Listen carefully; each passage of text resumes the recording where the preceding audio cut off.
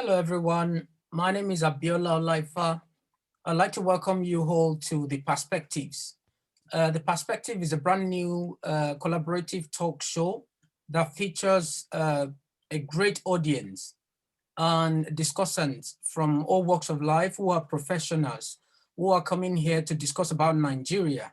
We're going to be discussing topical issues that will cut across all sectors of the economy. To listen to us, you can do that online. We are available on YouTube. We are available on Facebook Live. Our YouTube and Facebook handle is MOGBEDE Radio TV. You can also um, see us online on our website, which is www.radio.mogbede.co.uk. So today we're going to be discussing quite a very interesting topic. The topic we're talking about today is politics and governance in Nigeria, what is working and what needs to change. With me today, I've got Mr. Julius Amadi. Mr. Julius Thank you. Amadi is Thank an you. educationist and he's an author, he's a published author and has done quite a lot of extensive work about Nigeria and different topical issues. Amen. And also we have a technocrat, a gentleman and a man of knowledge, Mr. Chris Osayiwo, that's here with us on this discussion, and we're going to look at this topic together. So we have quite a few questions that we're going to be asking, and we'll try to trash it. Well, I like to point out that the Perspective is a program that was established so that we can make changes. We're not here to criticize. We're not here to just look at the problems, but we're here to postulate. We're here to give opinions and to advise on how we can progress. Every week we'll be bringing on board professionals who have done extensive research and work in how an economy runs. So you'll be learning a lot from us. Today we want to talk about politics and want to talk about governance in Nigeria. So I warmly welcome you to our show today. All right, so we're going to start by taking the very first question. So our first question today is going to Mr. Julius. So Mr. Julius, can you tell us about yourself and your perspective with regards to politics and governance in Nigeria? So we will try to make this brief so that we can come back to you again. We'll go to Mr. Chris and then come back to you. But in the meantime, can you just tell us a bit about yourself and what's your perspective with regards to politics and governance in Nigeria?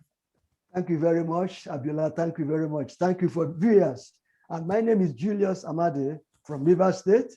I've been in this country for many years. I studied here and also writing books. I've published so many books and so many books are yet to be published. One of the current book, which is on the line, which should to be launched in this month, is known as Nigerian Democracy, a case study for African governance, to be launched sometime in summer.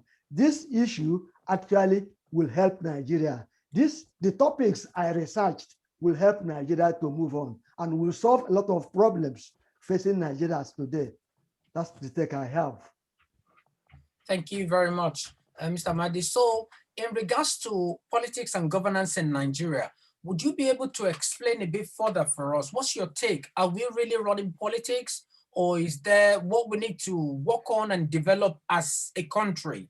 So if you help us expatiate on that a bit more. Yes, it is not new.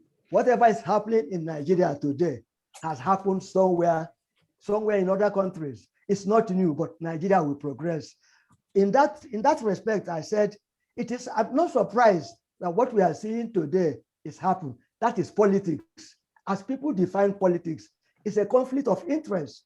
People have different opinions and they are showing their interest as we go along. Nobody should be frightened. It will happen and we will get back to it. At the end of it all, Nigeria will come to stay. By the year 2084, Nigerian governance will be stable and those who will be born by then will enjoy it. So people should not panic. It will happen and it is happening. We will get through it.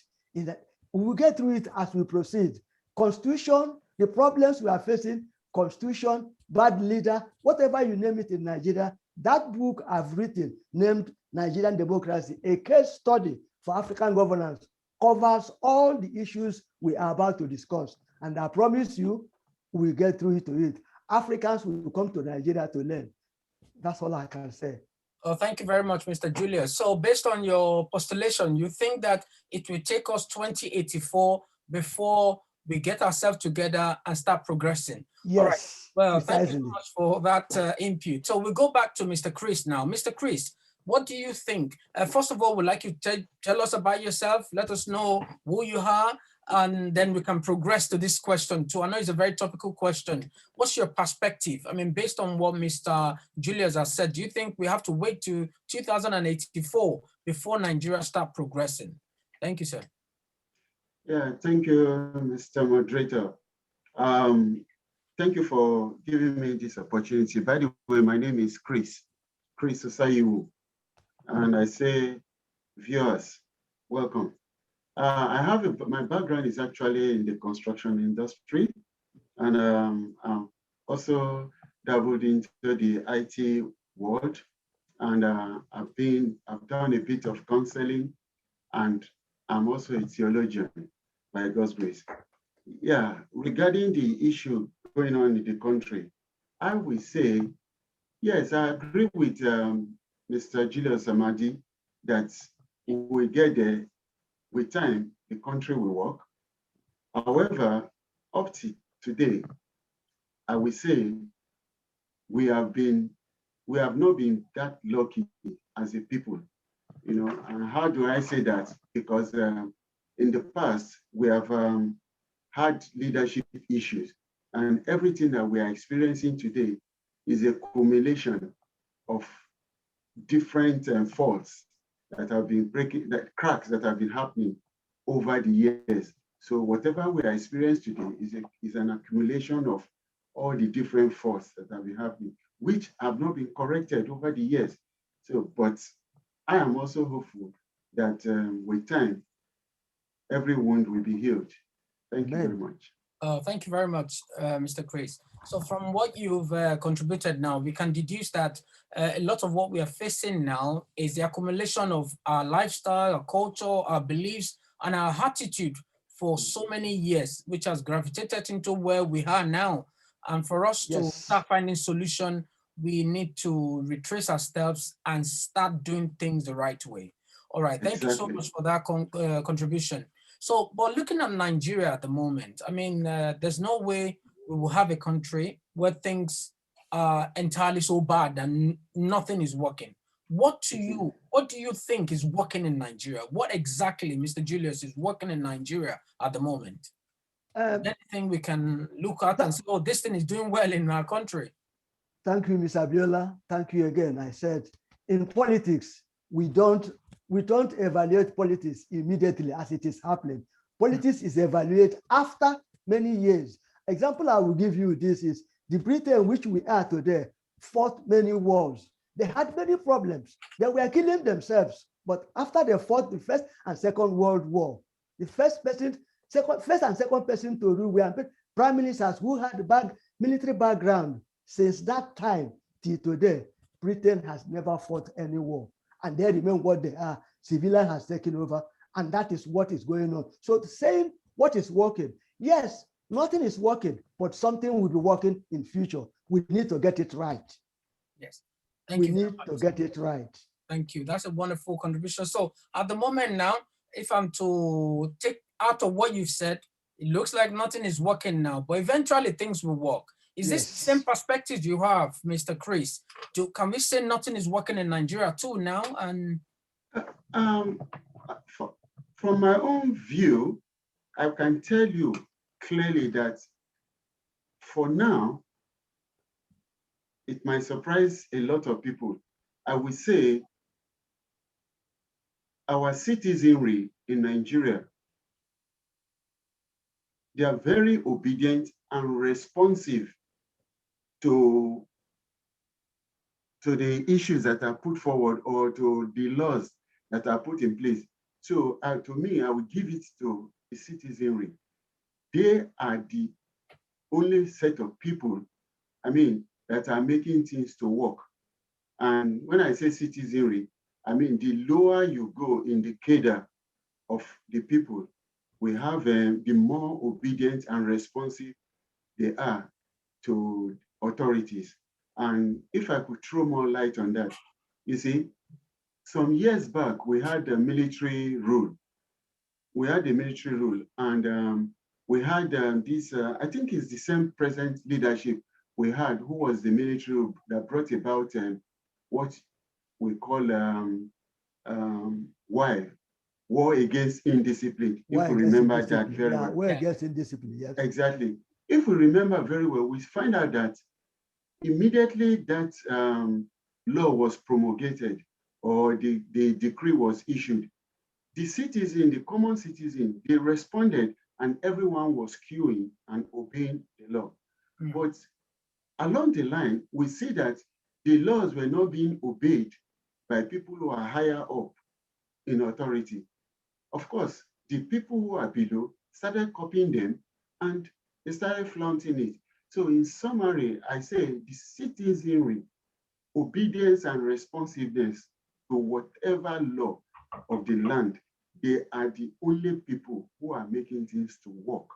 And the higher you go in the cadre of the society, things goes bad. So I will just leave it at that. Okay. So based on what you said now, Mr. Chris, can we conclude that it's just a case of the leadership not formulating the right laws or the right programs that can help the country to stay in check? Because at the time we had why, and to be honest with you, a lot of people were obeying and things were falling in place until everything fell apart again. So should we say that we don't really have any law, or we don't have any justice system that people can really look up to and say, yeah, we stay in check? And if you look at the police system, for example, you're the police that are meant to help us to stay in check. You're the one flaunting all these rules as well. If I give you money, I can as well do what I like. If I have money, even if I kill somebody, I may just be pardoned. So should we say the problem is coming from the leadership, or the citizens as well are not doing enough to help? Yeah, go on. Yeah, can I say something on this issue? In my Facebook called Africa Without Leadership, a single leadership model advocated, I actually pointed out what is the problem we have. The problem is what I called top level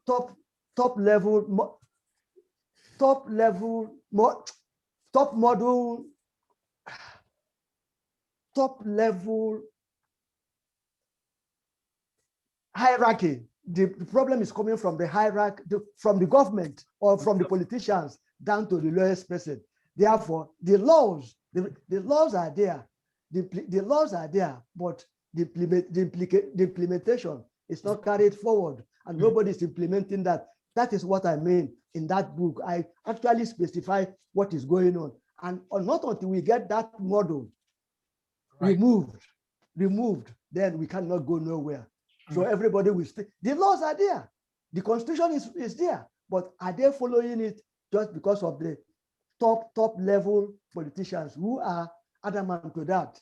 So the lower level carries it. It is called top level model of corruption. Put it that way. Thank you.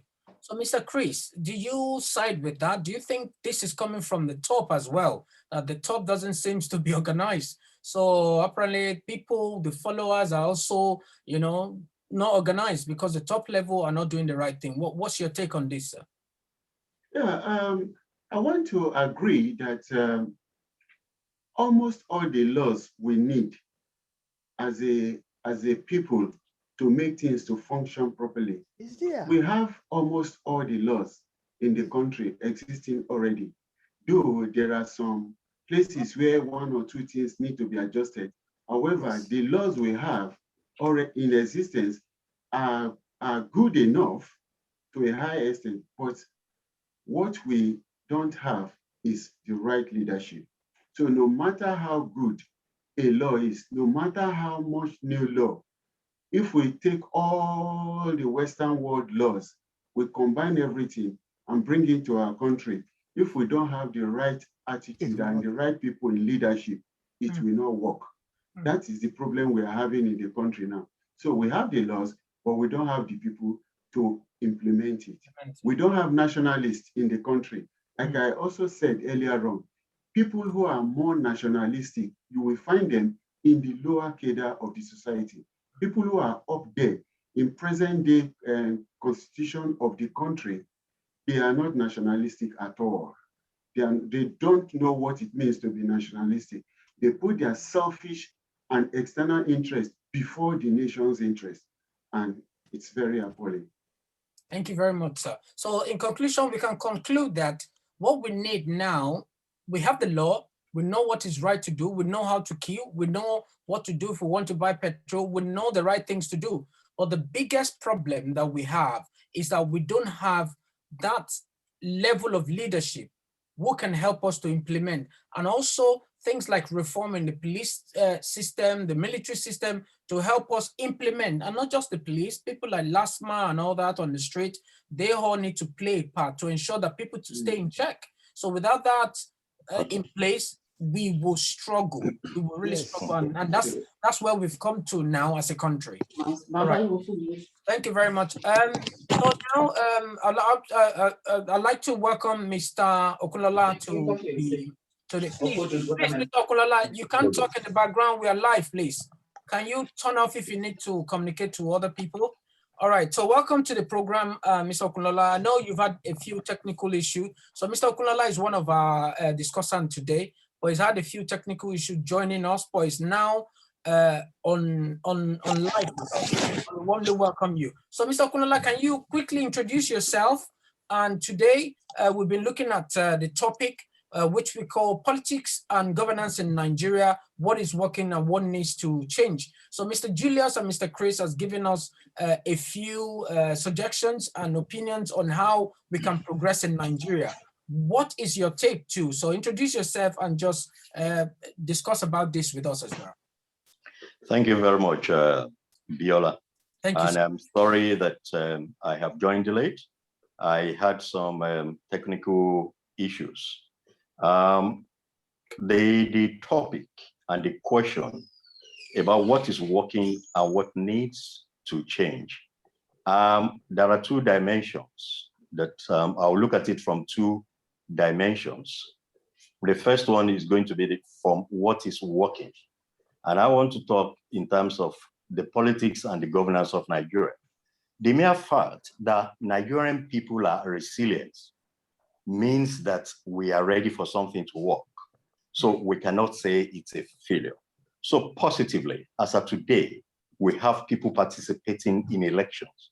Whether no one is being coerced, the only thing that has happened is the fact that, yes, the electorate, are they very fair? Are they induced into choosing those people they want and everything like that? But the fact that people are still willing to go and vote means that something is still working and that we can make it work. And that is why I would say what is working. The fact that, look, as of today, the resilience is there. In spite of what is going on in Nigeria and everything like that, call an election tomorrow. I will give an example of the Edo election where we thought, oh, there was the crisis and people left. People from Lagos, from Ibadan, went to Edo State for that election. And that is very positive. That means things are working and things can still work. And what needs to change? I have always said something. We have to change. We have to be disciplined. I am one of them. You are one of them. How do we search ourselves? What do we want for Nigeria? What is the level of discipline that will I say, okay, when I travel to Nigeria, for example, I'll give one quick example. I traveled to Ibadan and I wanted to buy something. Someone said, oh, park here, park here, park. I said, no, I can't park here. We have a designated place to park. Why should I park in a place where they have not designated? He said, oh, okay, you will wait for only a few minutes to buy. I said, no. I went to that place to park. That is discipline. And that is why we are getting things wrong. Those are the things that need to change. Perception, perspective, individual perception, individual perspective, being disciplined ourselves. That is, let me just stop at that. Thank you very much, sir. That was a wonderful introduction and contribution from Mr. Kulola there. We really appreciate that. So if I'm to deduce from what you said, it's not just from the aspect of our leadership. We all have a role to play in terms of discipline. I mean, to add to that, the last time I was in Nigeria, the driver that was driving me passed through the red light, boom. And when I said, why didn't you stop? It's showing red light. He said, oh, red light is there for police to arrest people. Police is not here now. So why should I wait? So mindset needs to change. Well, here, even in the middle of the night, if the red light comes on, there's nobody around, you still have to wait. And everybody knows that. So even if you pass it, there could be camera, there could be a lot of things where you are going to be disciplined and you may go to court, you may lose your license. So everybody's aware of this. So Mr. Julius, what's your take? What needs to change? Should it be, like Mr. Kunola said, our mindset change, our discipline, or must we be flogged before we do the right thing? Thank you very much, Abiola. Thank you. And from what he has said and what we have heard from him, it's all to do with discipline. We have to be disciplined, and that discipline has to come from the government. Putting the right laws and exercising that right laws to the people it should be done, should be carried out. Nothing to do with police taking bribe. In this country, you don't need that. You need self-discipline. You know what is right and what is not right. Don't do this. You don't need to be told. You have seen it. We've lived in Nigeria. We have come out of a long way. We've come out from people colonizing us to we now run our own administration. Why can't we do the correct thing at the right time? Yes. Why can't Nigerians do the right thing at the right time? You don't need to be told that this is good or that is bad. People go and I went out somewhere, I was passing urine somewhere, I was caught. How much did I pay? £100. That taught me a lesson. That was a lesson. When you go to my country and you can bring it out anywhere, nobody cares. So we need to make sure that what is right is right, what is wrong is wrong. We don't need preaching for that. We don't need preaching. We need morality should tell us what to do. That's all I can say about that. Yes, discipline is important. We don't need the government to tell us. Let them put the law. Let us follow the law and we will get there. It's not something we can do. We have done it in the last 100 years. We've been colonized. Now we are moving to the 22nd century. What are we going to do? Do we carry on like that? The answer is no. We have to be self-disciplined. We have to discipline our mind. We have to discipline our body in order to move into the 22nd century.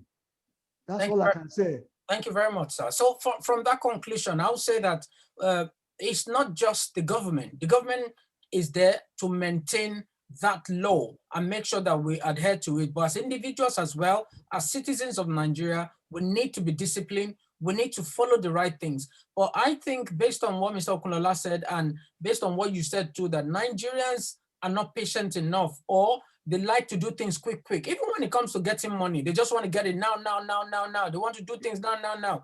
They don't want to follow that due process. So that due process is not there. You can see somebody going through the red light. You can see somebody saying, park here. You're just going to be here for a few minutes. I mean, I remember there was a day here in the UK when I went to collect money from the cash machine, and the cash machine is opposite a bus stop, and I parked there. Immediately I parked, a car pulled next to me, the ticket man. They gave me ticket there, and they said, oh, I've only just came out 5 minutes. They don't care. No. The ticket straight away. And I had to pay £70, or if I pay it quickly, £35. You know? So, and it shows that when you do things wrong, you'll be disciplined. But in Nigeria, instead of that £75, the man will be telling me, give me £5. If you give me £5, you can go. Is this the problem we have? Is the law not being kept, or our military and our police system not doing the right thing, or are our citizens so indisciplined that we don't want to follow the right process? Mr. Chris, can you help us out with this? Yeah, thank you very much. Yeah, actually, the previous speakers they've touched on it, but I will just throw a bit more. Talking about perception, the way you gave a good example of being given ticket, and rather than making you pay the £75 in our present society in the country Nigeria, the attendant man would be very happy to just collect £5 or £10, put in his own pocket. That is where the perception is wrong. Because if that man knows that paying £75 to the common purse of the nation will help in improving the society more than him having only £5 in his own pocket, I think if his perception changes, he will know that he's doing a good disservice, a great disservice to the nation. So yes, I agree with that, that perception really needs to change. Yes. However, there's one other thing that we must not forget. Why are those people, such officers, corrupt or or not willing to do the right thing? Because they know that the justice system is equally bad as they are.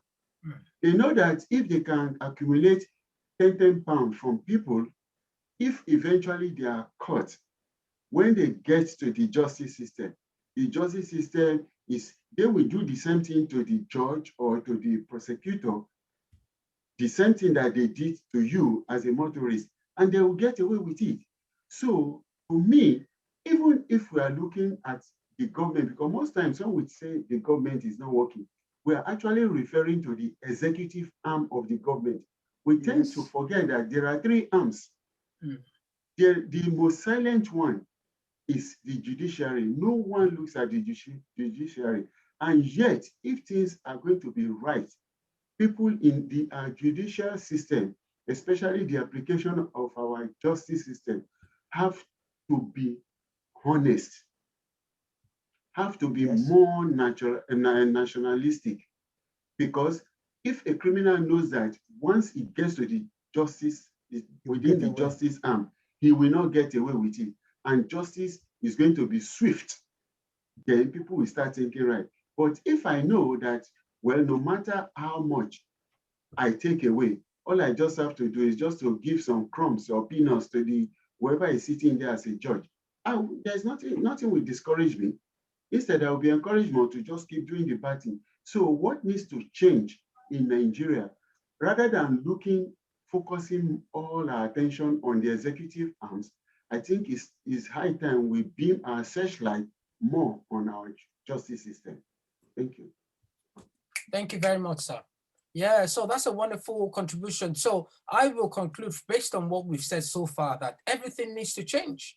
So our justice system needs to change. Both the judiciary, the executive arm of government needs to change, and also citizens, also they need to change their mindset so that we all can work together and progress from where we are now. Because I know that in Nigeria, we have this blame game thing. We just want to blame somebody for the problem. Is that we blame the president, we blame the governor, we blame the devil. We even blame Jesus. Sometimes even God, we blame God. That God when he fails. The only person that's not done anything wrong is ourselves. And if we look deeply, we are the main problem. So we're the one who needs to change. So this is where I come to the next question. So is blaming Nigerian government for the problem in Nigeria justifiable? Why should we? I know that they have a role to play, but as we've postulated and seen now, there's a lot that we as citizens need to do too. So Mr. Okunlala, what's your take on this, sir? Thank you, Viola. And I'd like to appreciate you and the level of discussion. When we talk in terms of is blaming Nigerian government for the problems in Nigeria is justified, I will say yes and no. Why will I say yes? The last speaker spoke about the three arms of government: the executive, the judiciary, and the legislature. They are all to blame, partly, because we, like the National Assembly, the legislature, the executive, we have voted them in to do the right thing, to govern, to bring in fairness, justice, fair play, and to treat people with dignity, to make people smile. That is the essence of being in government. The judiciary is there to interpret the law. What if the National Assembly or the executive, if they are doing something in excess, it is the role of the judiciary to interpret. But if these three arms of government are not functioning positively, are not functioning well, and people are not feeling the impact of having a government in a country, then we have to blame them. That is why I said yes. On the other hand, blaming government alone, like you rightly said, we don't blame ourselves.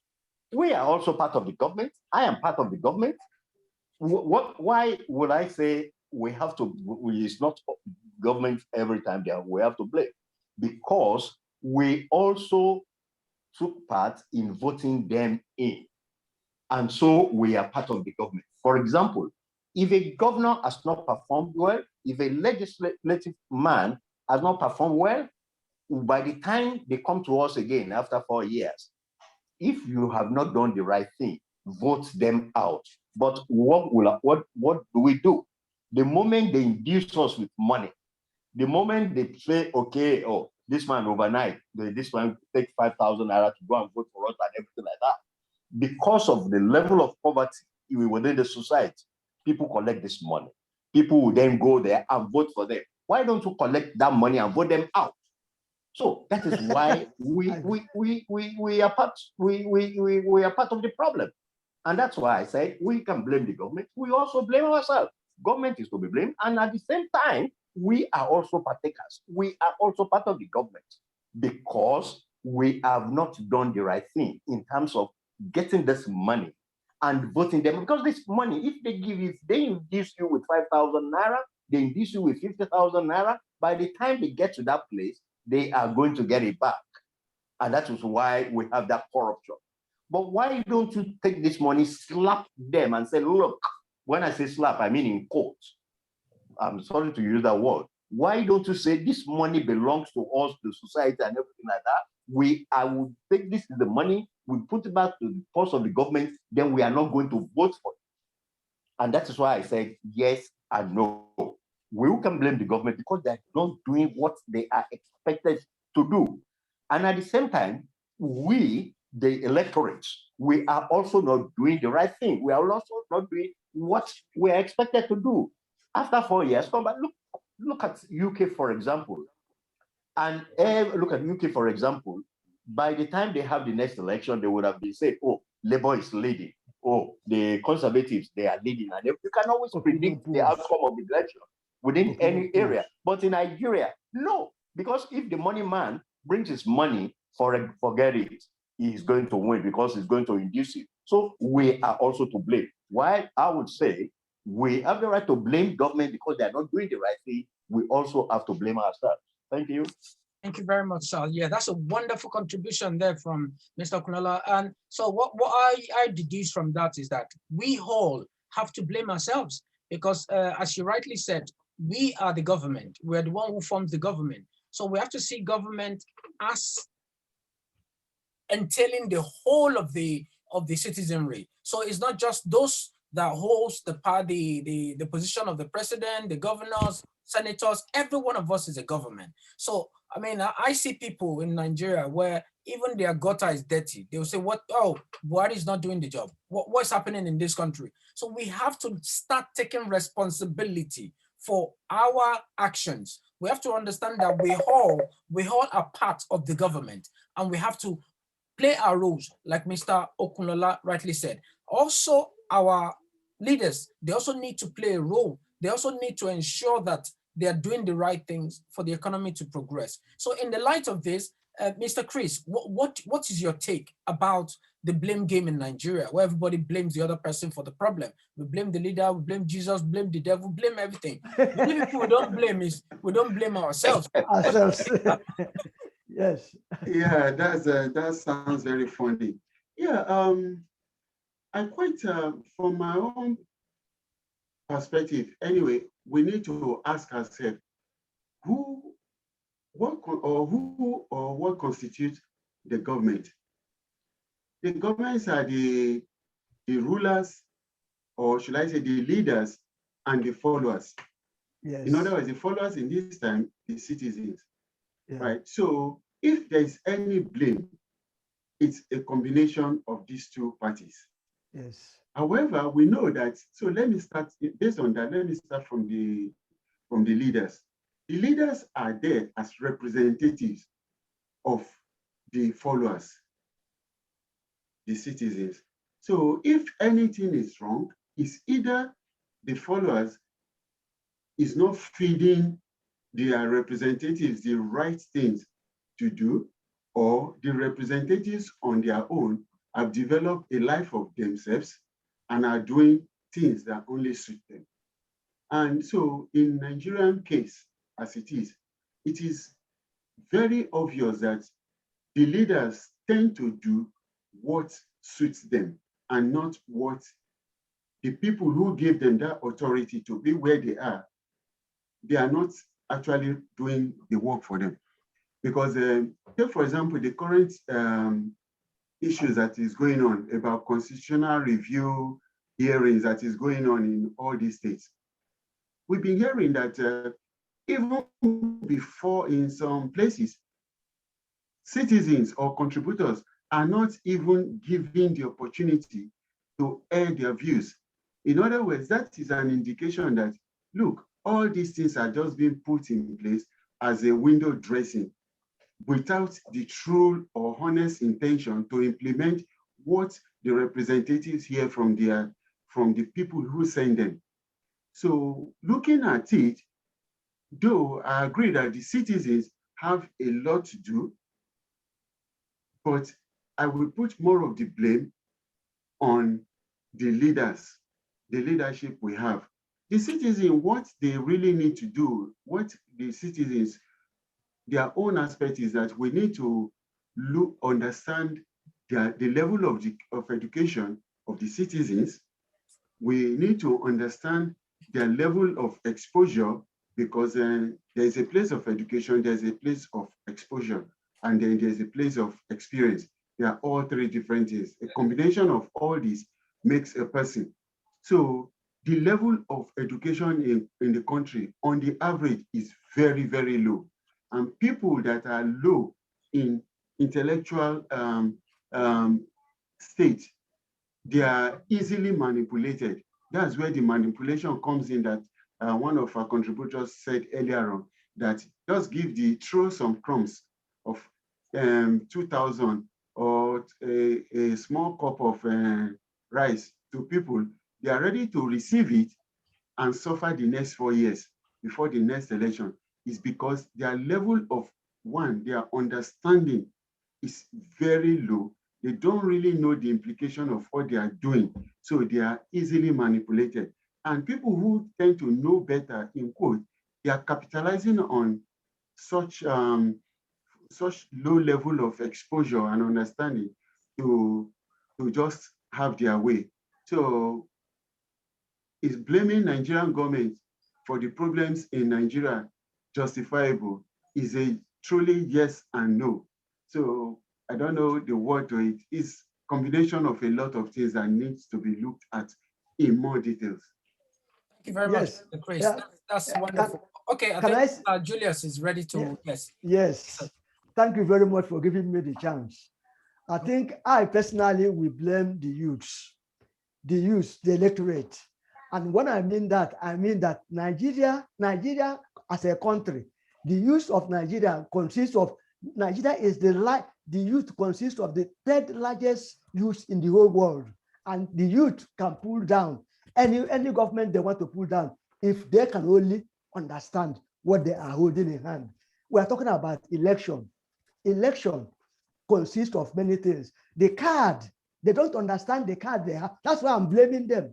If you understand the value of that card you are holding, you can put Mr. Julius down without even touching him. That card gives you the right to say, Julius, go there or don't go there. That card consists your civic right. It consists your freedom. It consists everything you have, but we give it out on the platform of a plate of rice, 500 naira. What for? if we should understand what we are holding as a voter's card, nothing can stop us making the right election. Now, in the course of electing somebody, you are able to judge your senators, judge your governor. What have they produced in the last 4 years before you listen to their grammar? Everybody comes to play. That is politics.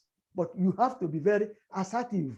Judge them and say, look, in the last 3-4 years, you've done this, you've done that, you've done that. Yes, you are worthy to go back.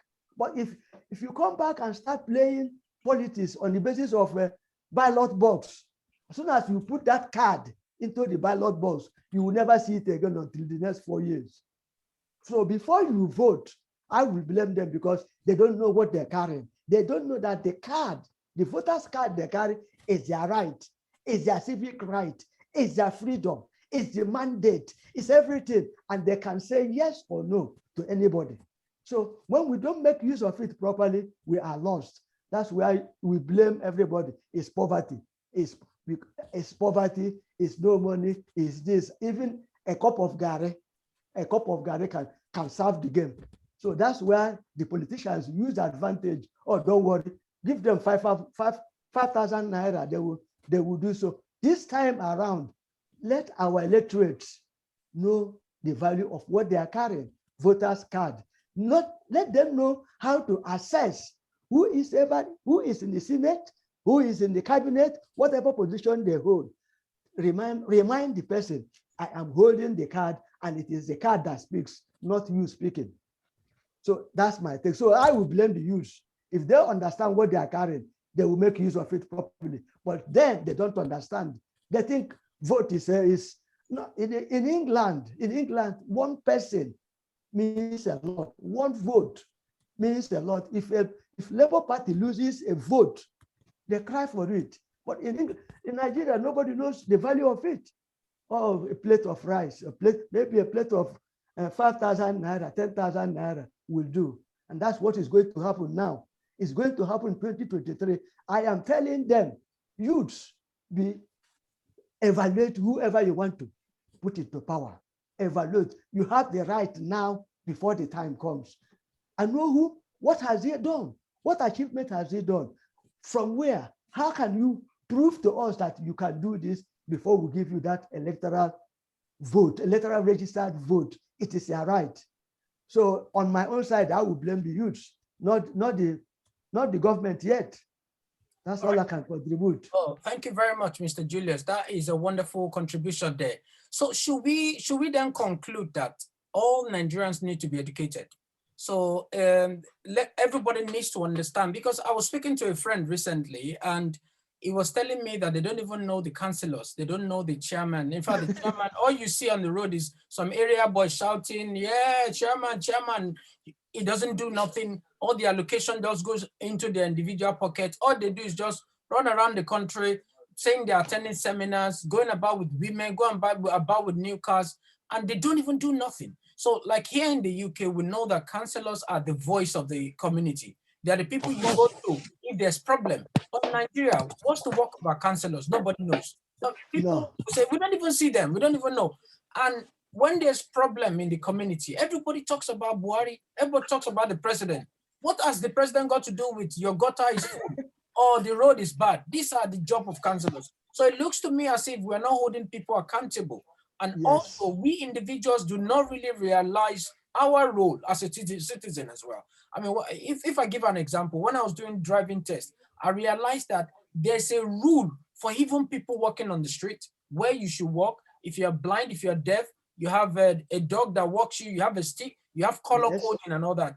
It looks in Nigeria, we don't have anything as such. So even the citizen don't know what they are meant to do or to follow. Mr. Kunala, can you shed more light on that? And just to run this up, and then we'll take a short break afterwards. Thank you, Biola, and thank you, the last speaker. Well, I will still say, when we look at this question very well, is blaming the Nigerian government for the problems in Nigeria justifiable? Is it the youth that we are now blaming now, or all of us? when you talk in terms of the youth, who are the youths? I always ask people that question. What constitutes a youth? What is the age? And what do we mean by being a youth? Most of the leaders today, they used to be youths in the past. When you look at someone like Oshibajo, when he was a commissioner, how old was he? When you look at Tinubu, how old was he? When you look at Arebe and Co., how old was he when he came into government? So when we talk in terms of youth, what do we mean by youth? That we have to blame them for what is happening now. Look at the NSAS that they did. Who were the people that constituted the NSAS? The youth. Did they handle it well? So why are we going to be blaming them for where we are today? So I will not say the youth, because when we talk in terms of what constitutes that youth, what is that youth? We have seen what they did then. Look at the National Assembly. We have the Speaker of Oyo State House Assembly. How old is he? He's a youth. So that is why I won't say, when we talk in terms of blame game, I will say the Nigerian government and we have to search ourselves, search our mind, and let us have a reorientation. We have leaders. We are sending them, go and lead us. If you don't lead us right, when you come back, we don't vote you back. And that is my statement. Thank you. Thank you very much. So thank you all our discussants and for the wonderful contributions that's been coming through. We really appreciate, and for all our audience that's listening live on YouTube, Facebook, online, and on the radio, we say thank you very much. It's a very wonderful discussion that we're having today, and it's a discussion that borders around our lives as a race, as a country. So please stay tuned. We're going to take a short break. When we come back, we continue in this discussion until we round it up. So please stay tuned as we take this commercial break. Thank you very much.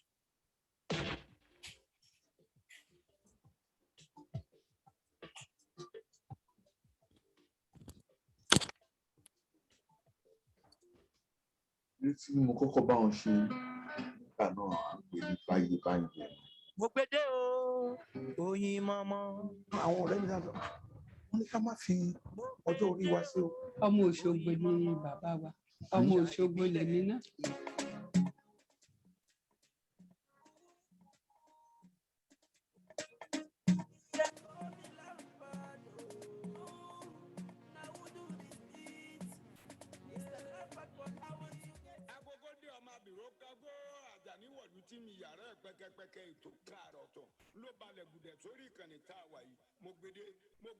MOGBEDE lẹ́tọ̀ àrà ọ̀tọ̀ tó balẹ̀ gùdẹ̀ sórí ìkànnì tá a wà yóò bẹ́ẹ̀ bá wá fẹ́ sun nígbọ̀wọ́ abẹ́ fẹ́ polú ọjà nílẹ̀ ni àbí lókè òkun ẹ kàn sí wa lórí àwọn ẹ̀rọ ìbánisọ̀rọ̀ wa wọ̀nyí. MOGBEDE, ètò ni MOGBEDE.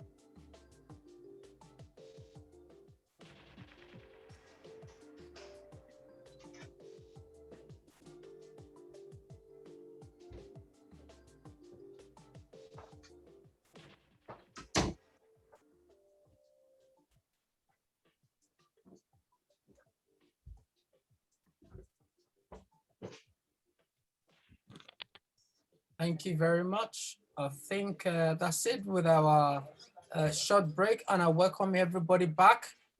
So today, we just wait for Mr. Chris to be back in the house. We have been looking at a very topical issue, which is politics and governance in Nigeria, what is working and what needs to change. So we've been discussing and postulating ways to progress. What do we need to do? Because we are change makers, we're not here to cast aspersions or to blame. But what we're here to do is to suggest and to make reforms. And how do we make these reforms? If we come together, people, we have experts here, we have authors, we have writers, we have business personalities, we have technocrats who are giving us opinions and ideas on how to progress. So we've looked at a few questions. So next now we're going to look at, have the past Nigerian government and leaders failed us? Do we believe that the leaders have failed, or it's not down to the leaders? It's not down to the leaders, it's the citizen who are not playing the game the way they should on running an economy. We remember that Mr. Donald Trump said one time that African leaders does not seem to know how to govern, that we're not doing the right things.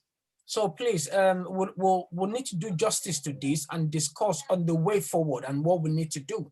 So have the past Nigerian leaders failed us? Mr. Julius, what's your take on this?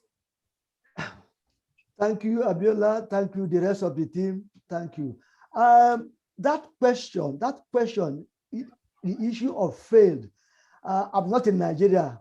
I haven't participated, so I cannot say they failed. But what I can say is that some of the things are not working. I still go back to the first question. Some of the policies and procedures are not working as the way it should work.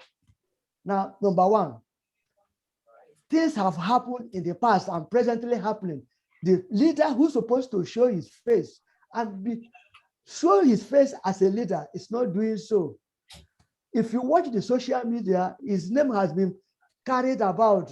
He was dead, he was this, he was that, and many people believe it. Now, it's the same thing that happened in 1945 when Adolf Hitler, people did not believe he was dead. And up to today, people still say he's still alive. Now, that kind of thing is not good. A leader should be a leader to tell the people, look, I'm alive. This is what I am. This is what I'm doing. And not to be carrying out what we call personal character as opposed to federal character. That is very peculiar in the system of Nigeria. You see a lot of people carrying out personal character and they call it federal character. That is bad. That's where I can say our leaders should do more to help to progress. We are talking about 22nd century. I'm not talking of tomorrow. We need that continuity to be good, to go on, so that people who will come up after us will say, yes, our fathers have done a lot. But we're not seeing it. We're not seeing it. Now, another example I will give, the senators, they leave their various homes, constituencies. They go to stay in Abuja for the next 5 years, and throughout their lifetime, you will never see them at home. What are they doing? I have been in England for 40 years. All the senators, all the MPs live in their various homes and they go to work. They go to the parliament to do the work and come back. How many senators in Nigeria live in their own constituency? Talk of coming back every year. It doesn't happen. So these are some of the problems I highlighted in my book. I've written a lot of it. It's about 400 pages with so many thousand words. So there are so many things I covered in that book. I would love, at the end of it, people should lay hand on that book to get more information of what I have said. That's all I can say. So it depends on our leader. So thank you very much. So from what you have said, it goes to show that our leaders have a lot to do and to prove and to show as well as leaders. Because I must say that your point is very valid. Because I used to live in Portsmouth, and is a student environment, University of Portsmouth. I must say almost the whole children of our leaders attended that. One leader and the other, they all send their children abroad. And we have loads of universities in Nigeria they never send their children to. So if they are not comfortable with sending their children to schools in Nigeria, then there's something wrong. It shows that they're not doing their job, and it shows they're not doing something right. And we can see just about a month or 2 months ago, people literally had to drag our president back to Nigeria because our president keep coming here for medical attention. So which goes to say that in Nigeria, our hospital system is a failure. And so it amazes me why our leaders are not doing the right things when they know they should. Mr. Chris, please, can you give us a bit of an insight into this? What's your take on this? Are they failures, our leaders? Well, if I may reiterate, the question is, have the past Nigerian government and leaders failed us? Yeah. My take on this is that success or failure is a gradual process. It hardly ever happens suddenly. You prepare for it and it unfolds itself. When I say it, I mean success or failure unfolds itself gradually over a long period. So having that at the back of our mind, my take is that whatever we are experiencing now, some will say, oh, we are successful as a nation, things are very rosy, maybe because they are in government. And others are saying that things are really gone bad and everything is failed. Maybe they don't have access to government. Depending on the side of the divide you are, you take your choice. So some people will say the country is succeeding. Some will say it's failing. However, whichever situation it is, it's a gradual process. So how did we get here?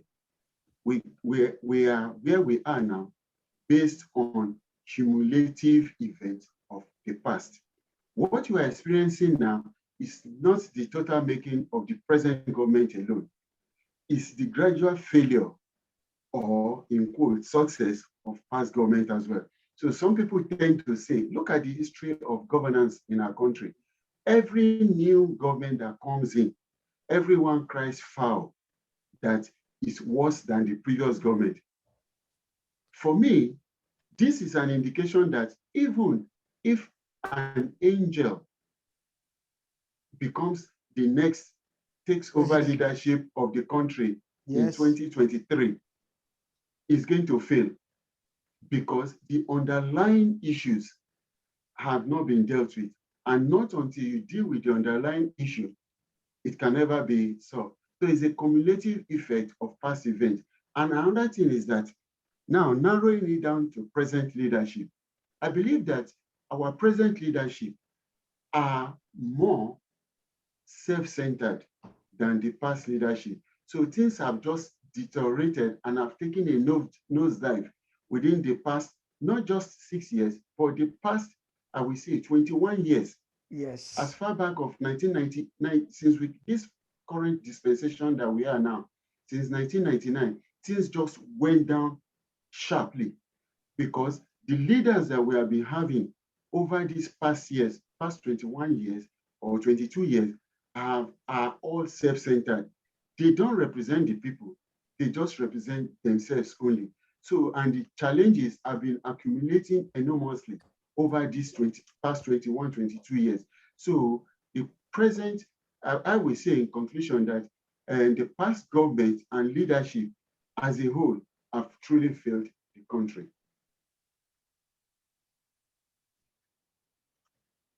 Is that okay? Can you hear me? Yes. Yes, can you? Yes, I can hear you now. Okay, yes. Did you miss anything I said? Yeah, no, I got all your points, and Okay. Wonderful contribution. And so, thank you very much. You've said that the past 21 years appears to have been leaders and a series of leaders that have been so self-centered, thinking of themselves alone, thinking that, oh, I'm PDP, then let me benefit me and my people.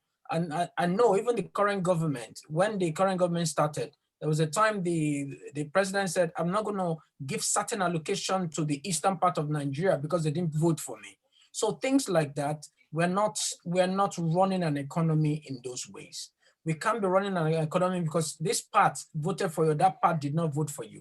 And again, when you start putting your own people into power and spreading them all over the country, things like this is not nationalistic. Like Mr.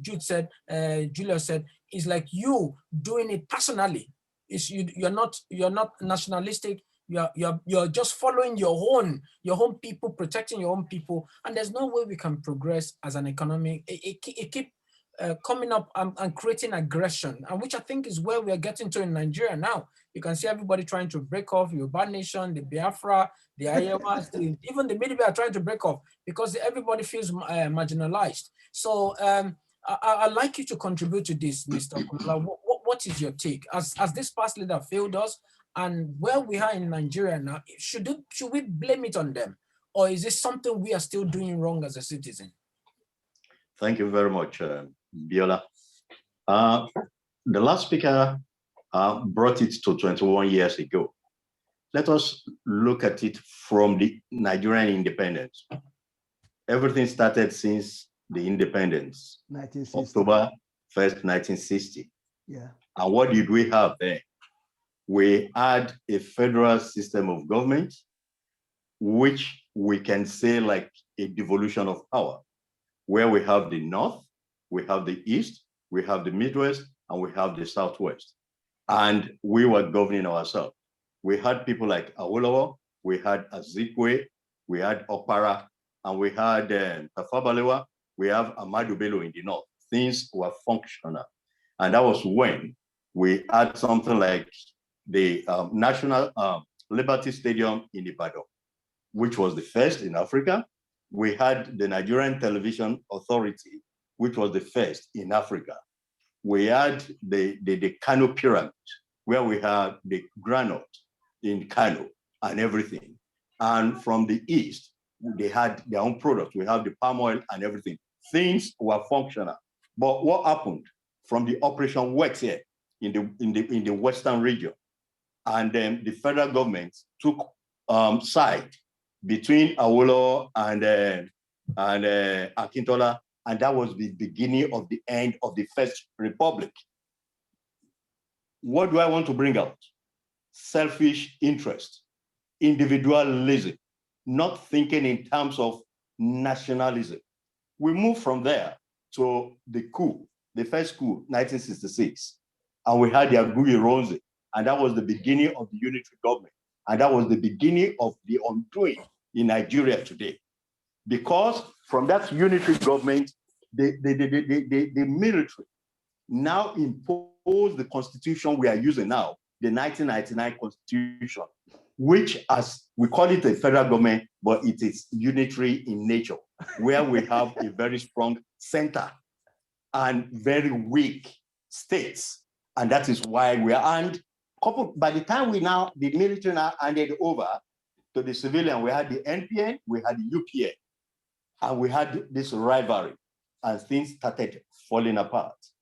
Things started falling apart, according to Chino Achebe. And the center cannot hold. At all. So when is the center going to hold in Nigeria? So we have started feeling from 1963 up to where we are. So past leaders, what is their take? Selfishness, individualism, nothing like nationalism, nothing like true federalism, nothing like true Nigerialism. So we had Obasanjo coming in. I was thinking in terms of a third term. And by the time we had the third term, everything went AY again. Rivalry between Obasanjo and Atiku. From there, we moved to Yar'Adua and Jonathan. Today, we are now with Buhari. So the center has not been what it ought to be right from 1963 when we have the crisis. And all these things will have a reverberating effect on our economy, on the populace, on the citizenry, on the justice, on the fairness, on the treatment of people. And that is where we are today when we have the IPO saying they want to go their own way. The Yorubas say they want Yoruba state, they want Yoruba, where Arewa will spring up tomorrow. So, like the last week I said, it's a accumulation of events that started not 21 years ago, but even from the independence. From the independence, yes. Yes, and that is my take. Thank you very much. Thank you very much. So conclusively, we have to look at things from the ground level up. We have to look at what has led us to where we are today, and also the level or the I'll say intellectual capacity of people we are presenting as leaders. You know, starting from even the position of councillors. You know, you can imagine presenting area boys as senators. You see what they do in the Senate as they can't even speak English. They can't even, it's sad. They can't even express themselves. They can't even understand simple things. Yeah. And it's a shame. And at the end of the day, instead of us to really call these people to order, we will go tribalistic. Oh, it's from my tribe, it's because it's Fulani, it's because it's Igbo, it's because it's Yoruba. And this is taking us to where we are now. I mean, it bothers me that in Nigeria, instead of us as a nation to look at things from the pivotal view and see how we can resolve the issues, we say, oh, it's God who put that person there. You know, this person rigged the election to power. But rather than you calling for them, you say it's God who put him there. Can God rig election? Did God Again, these are the things we need to be asking ourselves. But because of our time, let's go to the next questions. So the next question is, how can we put the right structures in place for the future of the country? I know Mr. Okunlola has touched on this, that we have to change. We can't keep doing things the way we've been doing this since 1960 and expect things to be where they are today. I think Mr. Okunlola would like to take this again, then we'll go to the others. Yes. Thank you very much, Biola. My take is, in terms of the structure, what do we want to continue with the presidential system of government, or do we now want, is it a bicameral or a unicameral? Do we want to continue with the American system of government, or do we want to continue with the British system of government? The structure we are talking in today, the structure we have, will the economy be able to withstand the structure? No. The presidential system of government seems too expensive. The presidential system of government seems too expensive. And that is why the center cannot hold as of today. So my take is, do we, after today,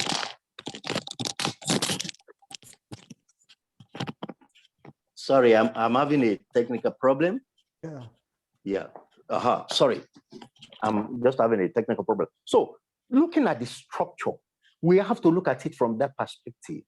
Do we want to continue with the presidential system of government? Do we want to continue with the British system of government?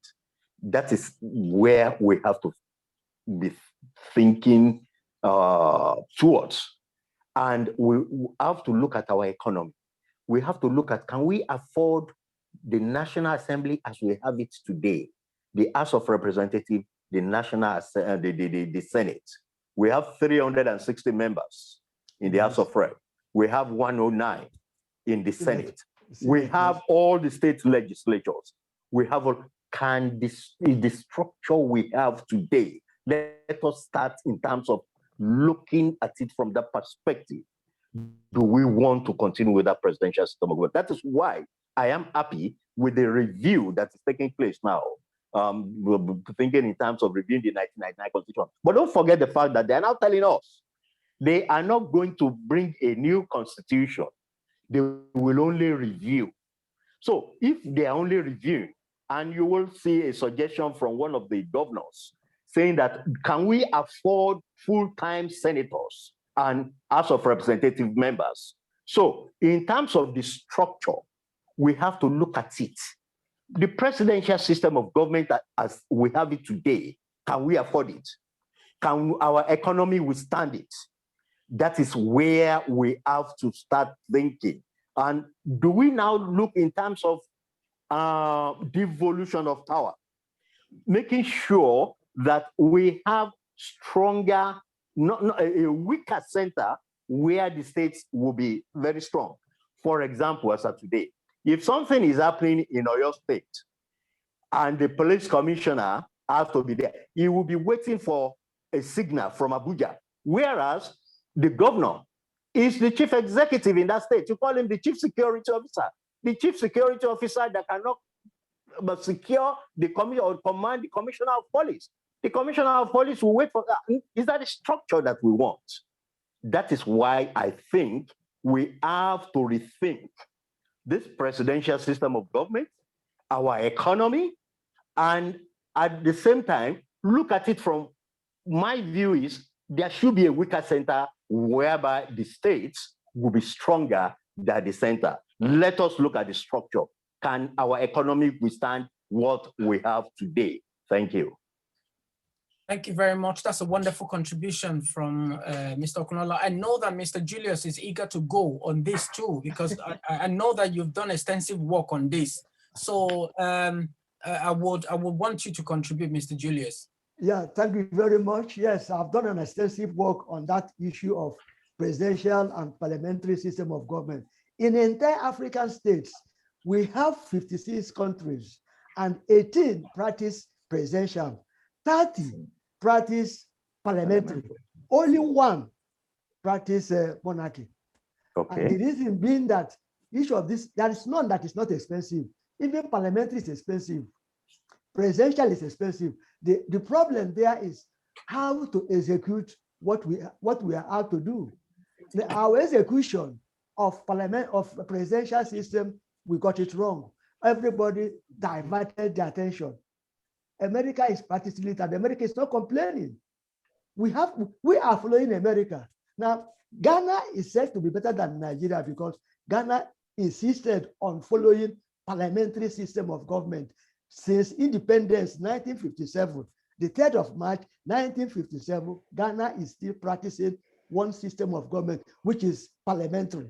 Now, if we are practicing from parliamentary to federalism, from federalism to confederation, Nigeria is confused.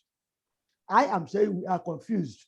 So, in spite of all our knowledge, in spite of all our knowledge, let us concentrate on one. Whether it is federalism, it's expensive. Parliamentary is expensive. Now, parliamentary system of government in England has been on is about 805 years old. They've never complained because they understand what is called democracy. Have Nigerians understand the word democracy? How do we understand the system? If we don't understand the word democracy, then we cannot carry on. We cannot continue to debate federalism. This is the same thing. It will go the same way. Now, I am saying that for us to move on, for us to move ahead, we need to understand. Remember that corruption is the enemy of democracy. If we can deal with corruption, we can deal with democracy. And that we will now understand whether it is parliamentary, federalism, or whatever it is, we can handle it. But as now, we have failed to understand the enemy of democracy, which is corruption. Let us deal with it before we talk about the system of government we want to carry. That's my take on that. Thank you very much. That's a good discussion by Mr. Julius there. So for all our audiences, I just want to say thank you so much for listening in and for being here with us. So this is the perspective. So you're currently on MOGBEDE TV. And what we're looking at is politics and governance in Nigeria, what is working and what needs to change. So while we were doing that, we had another discussant who joined us, and that's in the person of Otumba Oseni. Otumba Oseni is a journalist, is a technocrat, is a businessman, is a politician himself to the core, and is somebody that you can trust at all times. He always has something to say. So Otumba, if you're there with us, can you just quickly introduce yourself, and as we welcome you to this discussion today.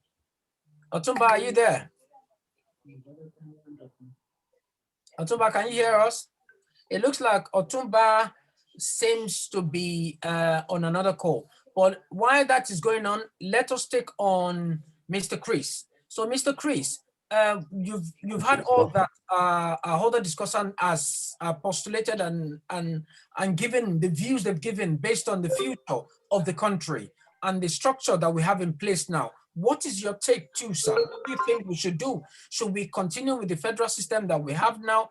Should we introduce the parliamentary system? How do we go from here?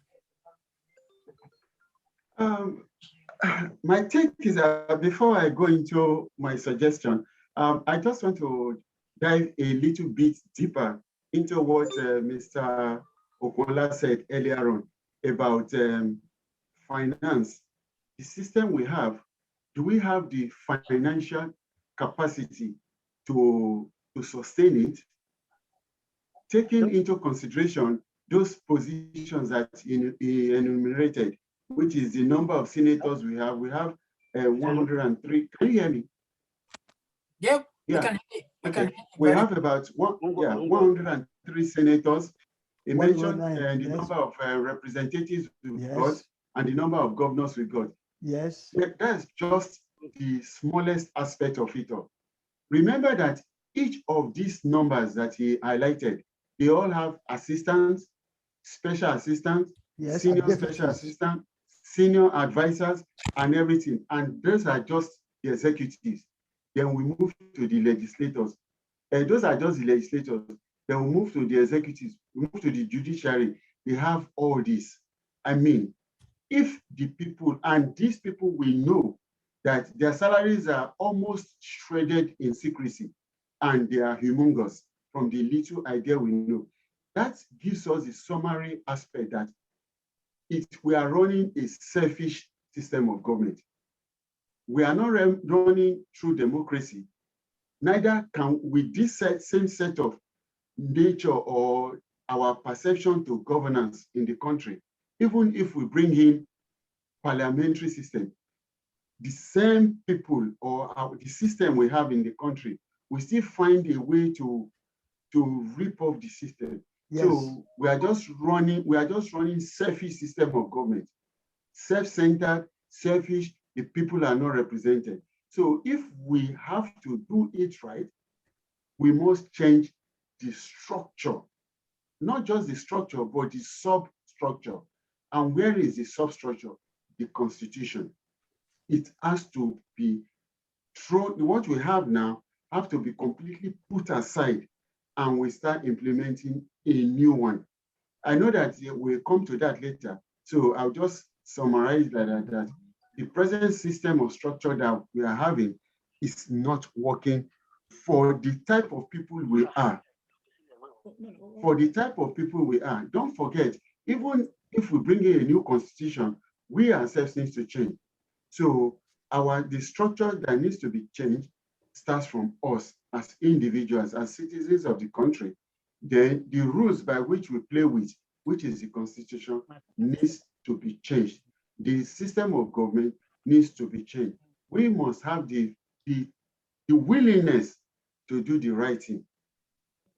If we don't have the willingness to do the right thing, even if we change the Constitution, which I support, that we should change the Constitution, even if we don't have the willingness to do the right thing, we are still likely to get it wrong.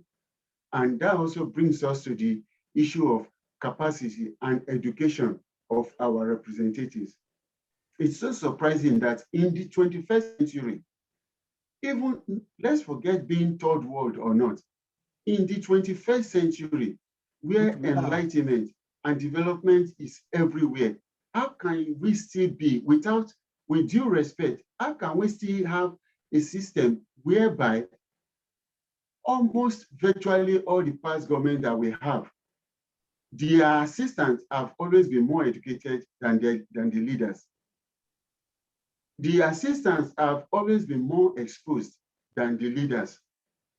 So in other words, no matter the suggestion you bring in as a well intellectual or exposed or educated person, whatever you put at the table of your leader, if he cannot understand or see an intellectual perspective from where you are looking at it from, it's going to be thrown in the bin.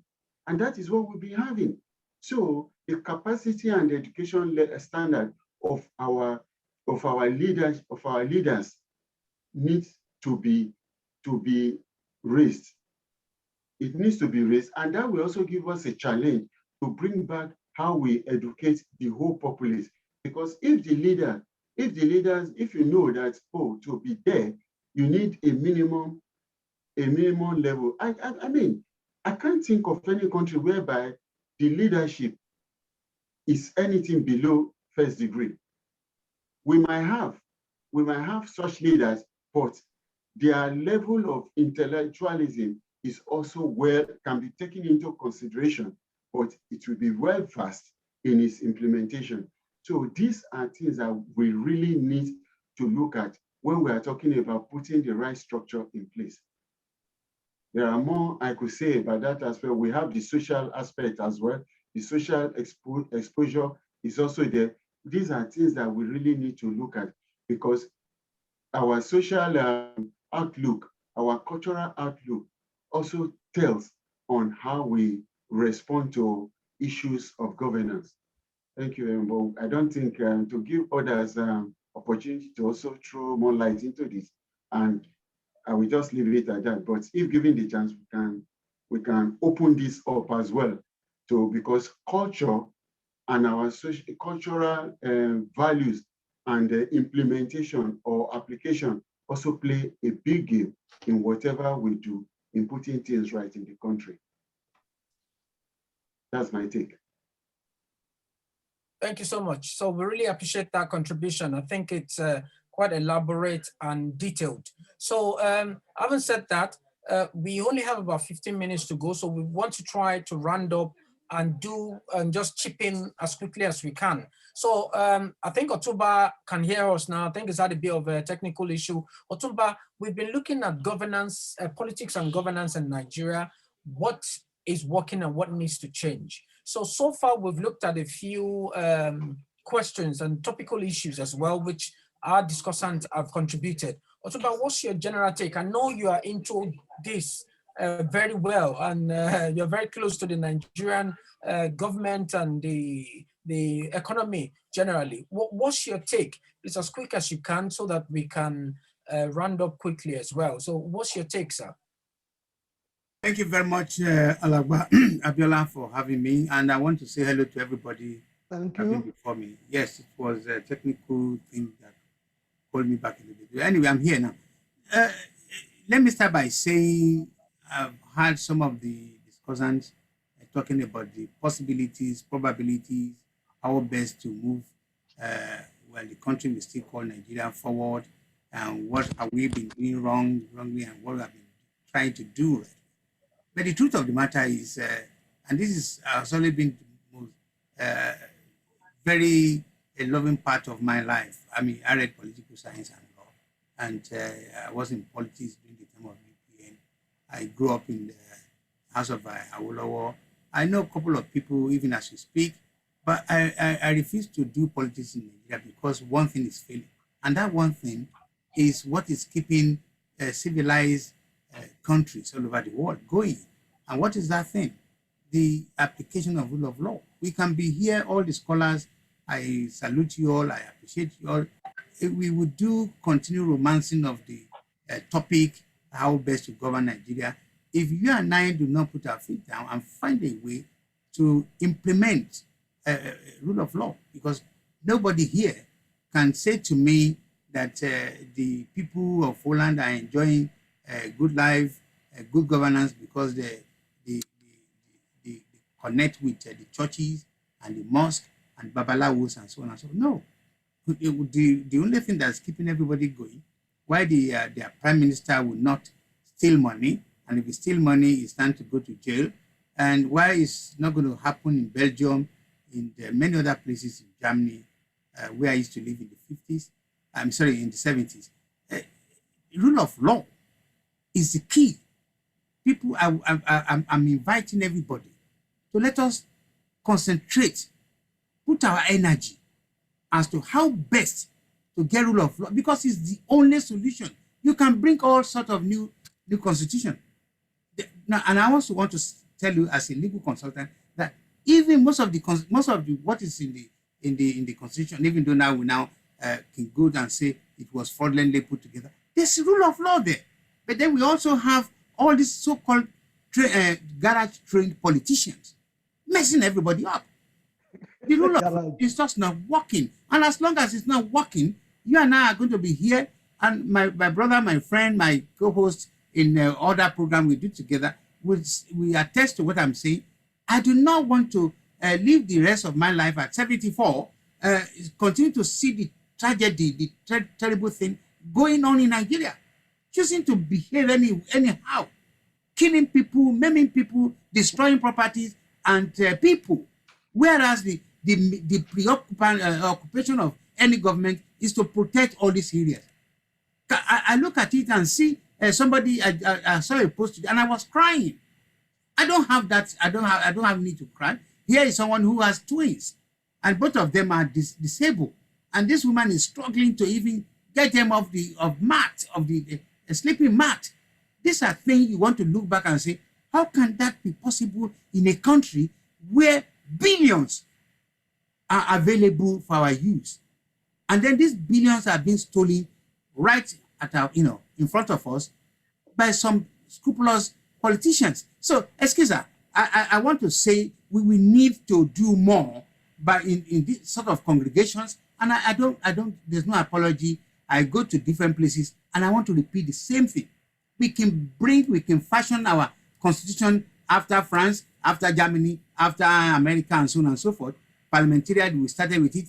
Is it not the same parliamentarian that Akinloye was asked to go and buy buses, and he went to Scandinavia and buy Scania buses and all that. So there's a long list of terrible things we are doing to ourselves. And let me round up. In Europe, if you are looking for the most nastiest set of human beings, I'm bold to say you get them in Europe. Europeans, they're more terrible than we are. And we also want to say we are nice people. We are not nice people. We are the same human being like they are. But there's one thing that covers them and make them to behave. We call it in law a fear of sanction. You can go to bus stop and take your axe or your gun there, but when you know that the law is there to catch you, and when the law catches up with you, you're going to be in trouble. People do not care about the laws in Nigeria. Alagbabiola, let's rearrange how best do we get this thing to our people, because like I said, they are garage trained.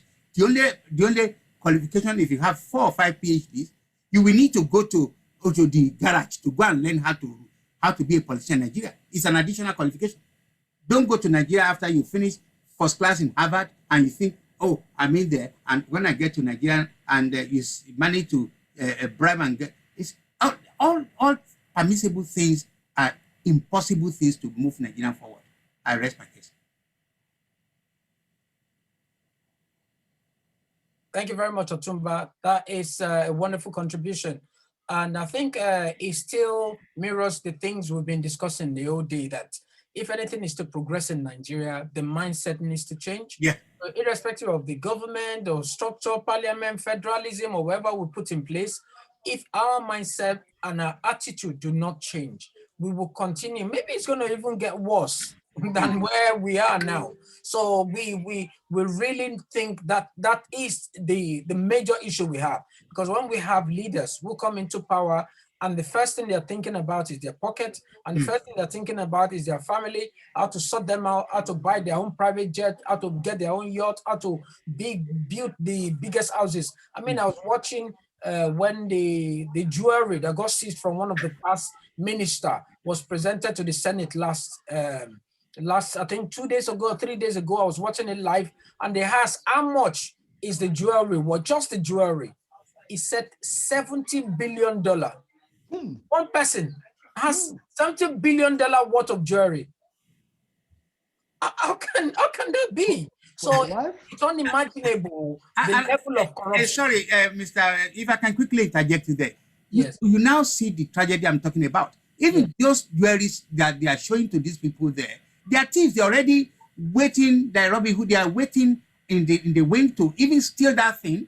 The people that bring those things to the, they are already stolen some, and the people they are showing it to, they are willing to buy it off as thieves and then still get away with murder. So these are the thing. And like I said, we will need to have a system that will control everybody. You cannot be above any above Imushi, Oba, Ijebu, whatever. Cannot be above his subjects. Oni of Ife cannot have the best in the whole of Ile-Ife. It's only his only house. Every other thing is iron sheet. You about Oni of Ife, Oni of Lagos, or anybody cannot be above the management of his people. All these are the things I want you to look at. So they're all thieves. You can't change them unless you bring this power of rule of law to make sure everybody. I don't need to go and see anybody to help my son to go to school. Thank you very much, Otumba. Yes, that's a powerful contribution there. So a lot of things need to change. And with this program you're listening to, the perspectives, what we are postulating is making changes. What we're talking about is making changes. What are we doing and what needs to change? What do we need to make adjustment to so that Nigeria can move to the next level of its government and of also its citizenry? We know at the moment that Nigeria is going through a lot in terms of security, in terms of electricity, what is working in Nigeria? That was one of the first questions that we asked. And everyone on this panel concluded that nothing is working, but things can begin to work. But we need to change our mindset, our attitude towards life. The leaders need to play their role. The citizens need to play their role. We all collectively need to do something. And that something is what we're discussing here. We've touched on a few questions, which you don't need to take over again because of our time. But conclusively, I'm just going to go back to Mr. Chris now. Please give a better view of how Nigeria can improve its politics and governance. Well, how can we improve? How can we move from where we are now? We've looked at a few issues, but what should we do? Please, this should be I'm going to go around to everyone. I'll just give you about 2 minutes to just give us conclusively what you think we need to do. So move forward from here. It's thank you very much. It's really, really difficult to narrow things down to one or two things that we need to do. There are a lot of things. However, like I earlier said, one of the things that we really need to do is to start working on ourselves individually. First and foremost, we should admit where we all got it wrong and where we are still getting it wrong. A lot of points have been mentioned by every contributor at one time or the other. So that's why I said there are really a lot of things. It's difficult to narrow it down. However, if we just summarize, if I just suggest one or two things. First and foremost, the substructure, the rule by which we come together as a people, which is the Constitution. The present Constitution we had a better Constitution before, until the military came in 1966 and they jettisoned it and brought their own. Now, the starting point, or one of the starting points, is we must go back to pre-1966 Constitution. If we don't even going back to that, there are things that still needs to be brought up to date, up to the 21st century application. So the current rule by which we are together as a nation does not belong to the people, but were fostered on us by a few individuals who had their own personal agenda. So the Constitution needs to be changed, or at best, or at worst, should I say, we should go back to pre-1966 Constitution. That's the starting point. Then two, some of the things that we really need to tweak is our party, the way we play our politics in the country, and that is the party structure. You see, there is no opportunity given to true competition in our party system, because our Constitution says that you can only contest for positions based on a party platform. That does not give competition a true competition at all, because whatever the party throws at us, that is the option the people have. Take, for example, if the two major parties, for example, if they decide to bring somebody who is a stark illiterate from my village, and one of the parties presents it, and the other party presents another stark illiterate from somewhere in another village, that is the best. It's going to be option of the deep blue sea and the devil. We have no option. We have no other alternative. However, if we bring in independent candidacy into it, then you will be careful to present the wrong person. So if the two are bringing stark illiterates or enlightened people, and if we have a private independent candidate who is an intellectual and with a good proven record, which far surpasses all those ones that the parties are fostering on us, they will not be doing themselves any justice, because it will be very clear that we have a different option. So our party system needs to be changed. I will advocate independent candidacy into our party system, so that will now force our party structures to bring in a good, a better candidate for the citizenry. And then this issue of, I really don't want to go into that for now.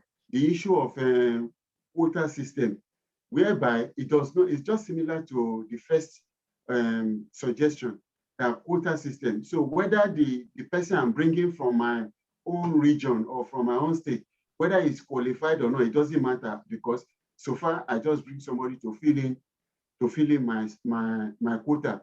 It's really bad. So that really needs to be looked into. I'll leave the rest for others to chip in.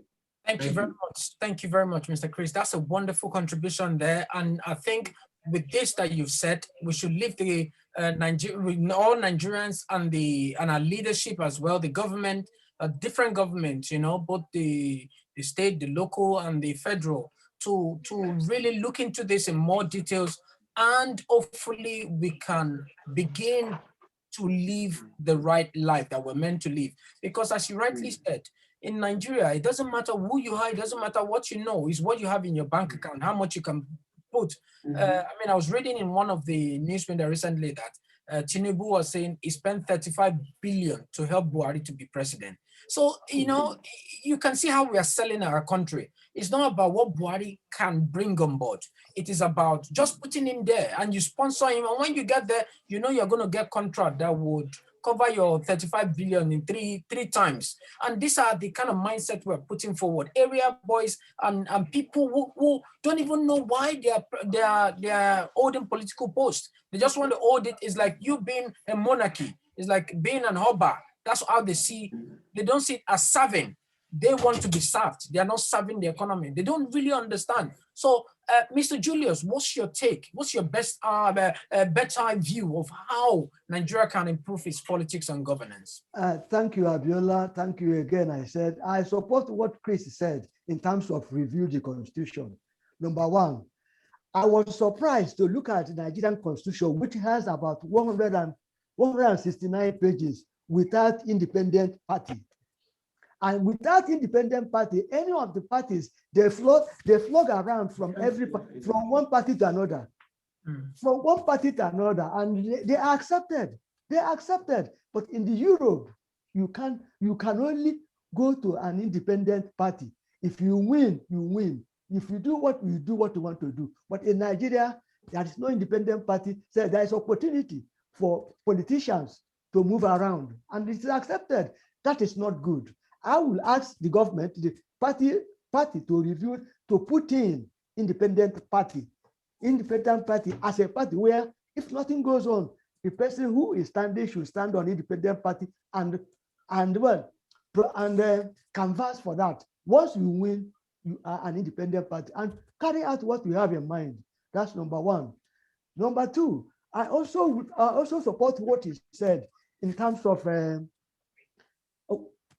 of well, I forgot the other party he mentioned. So I try to remember the independent party, which is not there. Yeah, the quota system. You mentioned quota system. Of course, quota system is to keep people in control. To keep people in control is a very good idea. It's a very good quota system. So you know, this is a quota, you cannot go there. I give you an example. When River State introduced the quota system during my days, there were people who from various places answering River's name in order to get into River State. They were fished out. So that limits people, and that will know who you are. So quota system is good, even though it's not practiced anywhere. We can start it. Other African countries can come in rather than leaving it for what we call ethnicity politics. Ethnicity politics is killing Nigeria. It's killing other countries in the world. So we don't need that. Let us create rooms for independent political party to practice in the political system we have in Nigeria. That's what I can say. And that is what is in my book anyway. I've done that research to find out that. That's fine. Thank you very much, Mr. Julius. That's a wonderful contribution and is well appreciated. We have taken on board everything you've said today, and I can see that what you're saying is well researched, and you are giving this from the point of the research you've done in the past in your books That's and right. your previous publications. We say a very big thank you to that. And for our government and Nigerians that are listening everywhere in the world, you're on the perspectives. This is a program that is designed to discuss ways we can make changes. So you can join us 12 to 1 every Saturday, where we'll be looking at different topical issues. And we have experts, as you've been listening to the whole day, we have experts that will be joining us from all over the world to discuss on ways we can move things forward. I also like to mention that the way this program is structured, every first 3 weeks will be people, experts, professionals that will be discussing from everywhere in the world with the presenter, which is myself, Abiola Laifa. But the fourth edition every month would involve everybody. So we're going to have you on board to contribute, to ask questions, and to share your knowledge as well. So this one is a bit of a closed section where we only have our professionals, discussants, and contributors on board. But the fourth edition, which will be announced in due course, will be where everyone can participate. So to conclude everything now, we've come to the end of the program today because of our time, but we're going to take the big horse, which is Otumba, to give us his own bird's eye view and conclusion on how we can progress and improve our politics and governance. So Otumba, here you go. Thank you very much again. Because of time, as you rightly said, I also want to add that the more seminars like this, the more people we can put together. As you can see, it's a big market. Everybody is talking, everybody is making the effort, and we need to appreciate everybody. It is not easy to take out of your weekend time to invite people and say yes. But it has always been my own way of doing things. The time you spend with us here will also contribute to the knowledge of others. And the good thing is, people might not be able to log on, but they're watching this program on internet. I mean, on other outlets like YouTube and so on and so forth. Now, my conclusion is this, Mr. Moderator. Again, I don't want to say I'm lost, but I'm feeling like I'm too lonely in believing that the solution to our problem is to recalibrate our mindset. It's key. It is very, very important. And don't forget that most of these people representing us, starting from those ones in 60 years ago, they replicate the kind of people we are. They are from us. Obasanjo is from us. And you now find the most terrible part of it is the Yorubas are the one in creating problem for the Yorubas. the Igbos are those one. The Igbos are those one creating. When I first come back from Germany in the 80s, I was going regularly to enjoy myself with my friend. He died now. So it is Igbos that hurting themselves. Now, the third race or the third party, the third people, we allow, because people say in Yoruba land that if there's no crack in the wall, the lizard will have no way to enter. So we allow all this kind of things. So the third one, those even who cannot read and write on the top, I'm not being abusive or being rude. They take and say, aha, look at these stupid people. There's a couple of people in the southeast, southwest who has all the knowledge, but they don't know what to do. And they now take advantage. How do we get to that number of advisors who cannot advise? And that's what I'm saying. But the moment we appreciate that our values are not the same, the people in the north, they can choose to marry a 30-year-old girl. They can do whatever they want to do. You cannot change them. You understand me? But for us to be with them, we must have a unifying, a kind of a system, a structure that will make it impossible. You cannot dictate to me. And like I said, I'm very poor, but thank God, all my children are born here. They've gone to school free of charge. Can you imagine? As a poor person, I cannot send my children. And like I said, the system to stop all this is for us to put hands together and make sure there's a system that the structure in place will not make anybody above anybody. Boris Johnson cannot tell me what to do. I have to work within the law of this country. But you cannot just say, go to his house and go and get him here. His driver is not going to address his driver anyhow. All these are things. But I also finally discovered that most of us do not want that kind of change. We will need to have connection with Mr. Laifa before my child can go to university. We will need to know Mr. Amadi before my daughter can do this and do that. We will need to correct that for a better life. Thank you. Amen. Thank you very much. That's wonderful. Thank you, Otumba. Thank you, Mr. Julius and Mr. Chris. Thank you. Thank you. Mr. Okololatu for a wonderful contribution today. I'm sure we've learned, and everyone that's on this program have learned quite a lot today.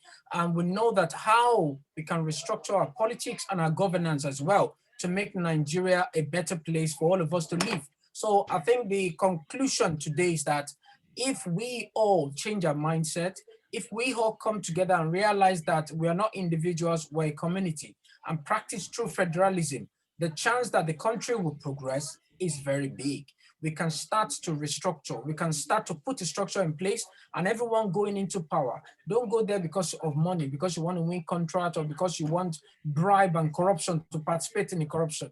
Go with the mindset that you want to make changes. You want to contribute. Are you an executive? Are you a judiciary? Are you in the judiciary? What part of the economy are you in? Even for civil servants who work in our ministries and other parastatals in Nigeria, we all need to be a part of this change that we need. So this program is the perspectives, and it has to do with making changes. So as we've said, we're here to postulate and to talk about changes and how to move Nigeria forward. For everyone that's been on the program and all the participants, people that discussed, we say thank you very much for coming in. My name was Abiola Laifa. The radio is called MOGBEDE Radio TV. You can download the app from the 100 Market. Is all available there. We also have a website, which is radio.mogbede.co.uk. You can also listen to us online. You can listen to us live on Facebook, MOGBEDE Radio TV, both